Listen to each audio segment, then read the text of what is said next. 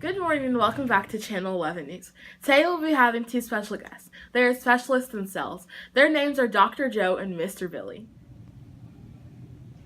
Thank you, Steve. My name is Dr. Joe, and this... Billy! Sorry I'm late, Doc. That's quite alright. This is Mr. Billy. We are specialists in cells. There are two different types of cells. There's an animal cell and a plant cell. They are alike in many ways, with only a few differences. Mr. Billy, why don't you tell them how they are alike? Okay, Doc. That's a lot of notes. Cell membrane. Now, both cells have these. Outer layer that surrounds the cell. The cytoplasm, same thing, is a substance between the cell membrane and the nucleus. Sorry, guys. Billy had to take another nap. 57 to be exact. Set a new record. Okay, both plant and animal cells have an endoplasmic reticulum. There are two different ones though. There's a rough and a smooth one. They're both the same because they have a network of tubular membrane within the cytoplasm of the cell. But the rough one is stuffed with ribosomes and the smooth one just has a smooth surface. Also, both of them have a nuclear membrane, which is a lipid bilayer membrane which surrounds the genetic material. Sorry for that quick break. There was a squirrel attack in the other room. He just wanted them nuts. Okay, now back to plant and animal cells. They are both similar because they have a mitochondria, which is an organelle in the cytoplasm of cells that function in energy production. They also have ribosomes, which is an organelle that occurs in great numbers in the cell cytoplasm, in small clusters, functioning as the site of a protein manufacturer. We had to take yet another break. Okay, to finish up the similarities, both plant and animal cells have a nuclei, which is a small, dense, spherical structure in the nucleus of the cell during interphase. Also, they both have a chromatin, which is a material of which the chromosomes of organisms other than bacteria are composed.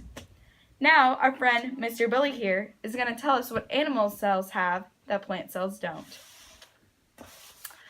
So, I guess animal cells have a microfilament, a small rod-like structure about 4 to 7 nanometers in diameter, present in numbers in the cytoplasm of many eukaryotic cells. Good job, Billy. So I guess this is what animal cells have according to Doc's notes over here. They have microfilaments, which are small rod-like structures about 4 to 7 nanometers in diameter, present in numbers in the cytoplasm of many eukaryotic cells. They also have microtubules, which are microscopic tubular structures present in numbers in the cytoplasm of cells, which they also make complex structures. Am I reading the plants too? You can, but animal cells also have a flagella. Oh, sorry, I forgot. Which are slender thread-like structures, especially a microscopic whip-like appendages that enable many Protozoa, bacteria, and spermatozoa to swim. Okay, now can I do the plant cells? Yep, I've taught you well. Plant cells have vacuoles, which are space or Vesicle. within the cytoplasm of the cell.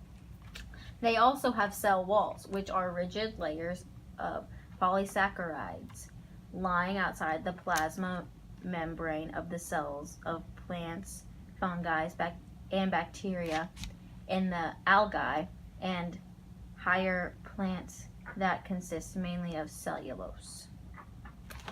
Oh, there's one. Plant cells also have chloroplast, which is Chloroplast. plastid that contains chlorophyll and in which photosynthesis takes place. Good job, Billy. Now, there are other names for animals. Thanks, Billy. Now, animal and plant cells can be called eukaryote or prokaryote. Animal is eukaryote and plants is prokaryote. Eukaryote cells contain membrane-bound organelles such as the nucleus, and prokaryote does not contain organelles such as the nucleus. Thank you for watching our special. Back to you, Steve. Thank you for watching Channel 11 News. This is Steve, and I'll see you next week.